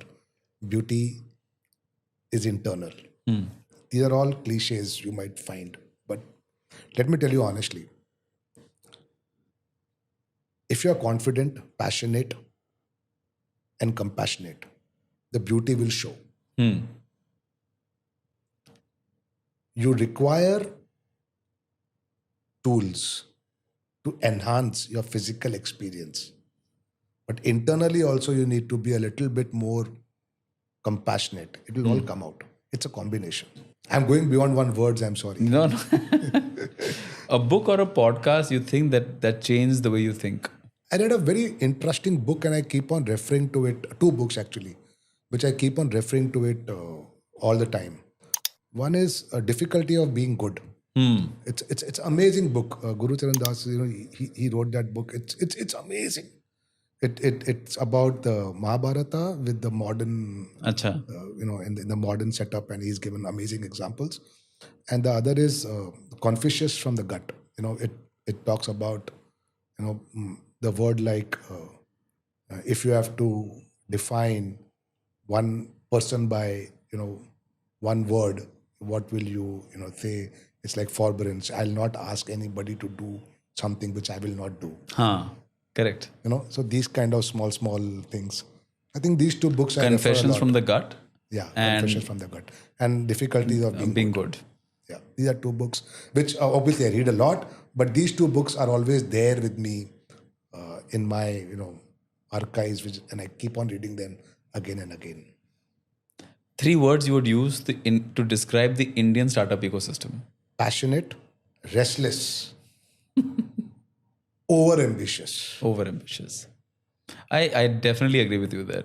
I think we all want to get to some fictionary number very quickly. Yeah.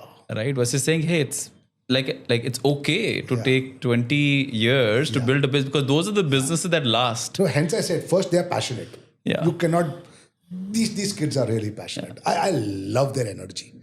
I love their energy. They are restless. They have ants in their pants. Always thinking, which is good. You require that little bit. If वो नहीं होगा, then how will he want to grow? My worry is the over-ambitious part. Yeah. You have to be realistically ambitious. Correct. And it's better to grow. And I always tell people, if you grow 1% per day, when I ask them, hi, how much do you think you've grown in a year? Right? And they always answer is like 365%. I said, no. You've grown 42 times in a year. If you grow 1% per day, it looks very small. but it compounds. The power of compounding is what matters. Grow every month. Don't do these big, massive programs and you suddenly grow 50% per month, then you're out of money. Yeah. Everything is gone. And 6 months you're like wondering ab kya kare. Then again you have money, then again you go there. So what is one cosmetics company that you wish you had invested in? Or maybe was offered to you, but you at that time did not invest, but you wish you had invested in it? Honestly, I respect what CK has built for himself in Kevin Care. He's always been my mentor, and I respect him a lot. I respect Harsh Mariwala sir, of Marico. Marico has taught me a lot in life. I respect them a lot. In fact, when I was, transiting from my MD CEO role to the board, I had gone to him for advice. Acha. And he gave me a very sound advice. In fact, he gave me a paper which said what to do, what not to do as an MD CEO and board member. When I was first 100 crores, I met CK Ranganathan and I asked him, what do I do? And he was my competitor. Wow. And he gave me the right advice. And we still are close friends. We keep on talking sometimes. So these two companies, I really respect. They never offered me to invest there, that I invested. But yes, I respect them a lot. How do you keep the team motivated? Entrepreneurs dream of growth. But when they dream alone, is their dream. What I have done is, and this is, I've demonstrated many times, that we ensure that we dream together. And if you have the guts to dream together with your team, will surely achieve your targets. Let's say one word that defines your leadership style. Very passionate. Very passionate. I think this episode should be about passion. Because there was a time, Anirudh, in 2008 or 7, I don't remember. Vasmol was not growing and I did not know what to do. And people were losing faith in Super Vasmol 33 Keshkala. Streax was not reached the stage which it had to reach. And what to do? So I called for a All India Sales Conference in Hyderabad. We went to Ramoji City and I booked that hangar, the big hangar where you could accommodate 400 people. And first time, everybody, SR se leke sabko bulaya. And one day before, me and my GM, HN Singh, we wrote a song, Hum Hai Vasmol, Bechenge Vasmol. It was a 6-minute song. 6-minute song, wow. We wrote one day before, me and HN Singh went to Hyderabad. We choreographed that song.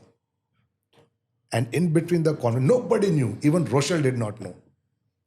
We went to in between the conference, the light went off, pitch dark. And this song started. आगे रहेंगे अपना गोल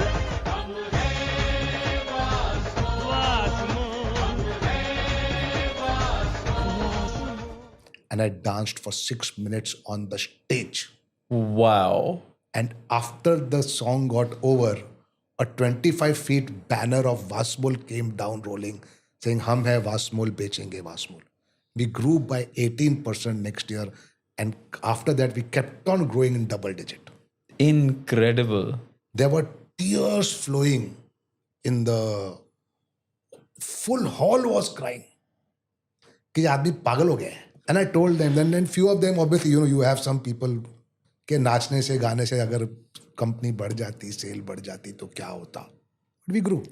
But what was your answer to that? I mean, obviously, I don't think you answered. I did not have to answer anything because, I don't go by exceptions. ठीक है, उनको side पे रखो. वो देखेंगे.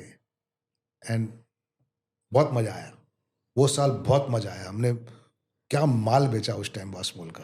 And I think is that childlike childlike energy that you have, right? That and everybody is dancing and I am like people like 6 minute dumb folded kar kya raha hai ye banda. I want a video of this. I will send it to you. Perfect. हम है Vasmol बेचेंगे Vasmol गांव जाएंगे retailing करेंगे. Whatever we could not do, we were not doing. Yeah. Or the sales team was not doing. I wrote that in that song. Me and HN Singh both wrote together. It's so interesting you say that because when we were selling door to door, we also had a song. Right? Whenever we would have a hard day, that was the song to read or song to say, or whatever you could say. It wasn't really You really hummed it as you did. I will send you that song. I would love to see it. It's so interesting. There are so many commonalities in our journey, right? And I'm 15 years behind, 16 years behind play you. it to your team and देखो ये क्या आदमी है. यही आदमी है. नाचता है stage पे. Well, if you ask the team, they will say ये तो office में नाचते हैं. But that getting said, sir, I truly appreciate you have shared so much, and I think this is one of those episodes for founders to go back and see again and again. Obviously, it doesn't matter whether you are building a consumer brand, you're building a B2B brand, an enterprise brand. The point is that the brand ethos and the kind of effort it takes to really build a business, and especially building a business in India, I don't think people even realize what 1991 India would have been like. And to set up a 3,000 square foot factory would have taken the life out of you, right? With all the red tapeism that was there at that time. Because I remember how difficult it was for me to put together a solo project in 2011. Yeah. And that was still 20 years after you. 125% excise duty. Exactly. And the fact that up to chalo, GST has simplified. Now things are so easy. Yeah. Million times easier than what it was. Million. But for someone to really realize that where Indian ecosystem started, and where we are today, and yet we have so much more there's just so much more to be done. I think this is exactly the kind of learning and journey that people needed to know. Thank you so much, sir. Any final words for the audience before we end? No, I think I've spoken enough. No, thank you for, allowing me to relive this journey. Episodes like this and patient listeners like you, help founders like us to relive our memories, number one, and feel rejuvenated. It brings a new life into us and say, chalo, abhi to journey start hui hai. Ek aur dance baki hai, sir. Yes, you're right. But on a good note, not because I don't want to go back कि वो brand नीचे जा रहा है और वापस मुझे dance We'll do it for a new brand. No, but once again, thank you so much, Manish. I am truly humbled for you to come here, and I know there was so many more uses of your time, so many people needed it. This was amazing. But I think what you've given to us is literal. I think if there's anything beyond gold, that is more, because right now gold's 1 lakh for 10 grams. So I don't know if there's something more expensive. But truly appreciate it. Thank you so much once again. I look forward to having you back. Yes. And one of these days, definitely having a chance to share some of the experiments you did, the ones that you lost out on, because that's where the learning happened. And thank you once again very, very much. Thank you so much. Thank you. Bye.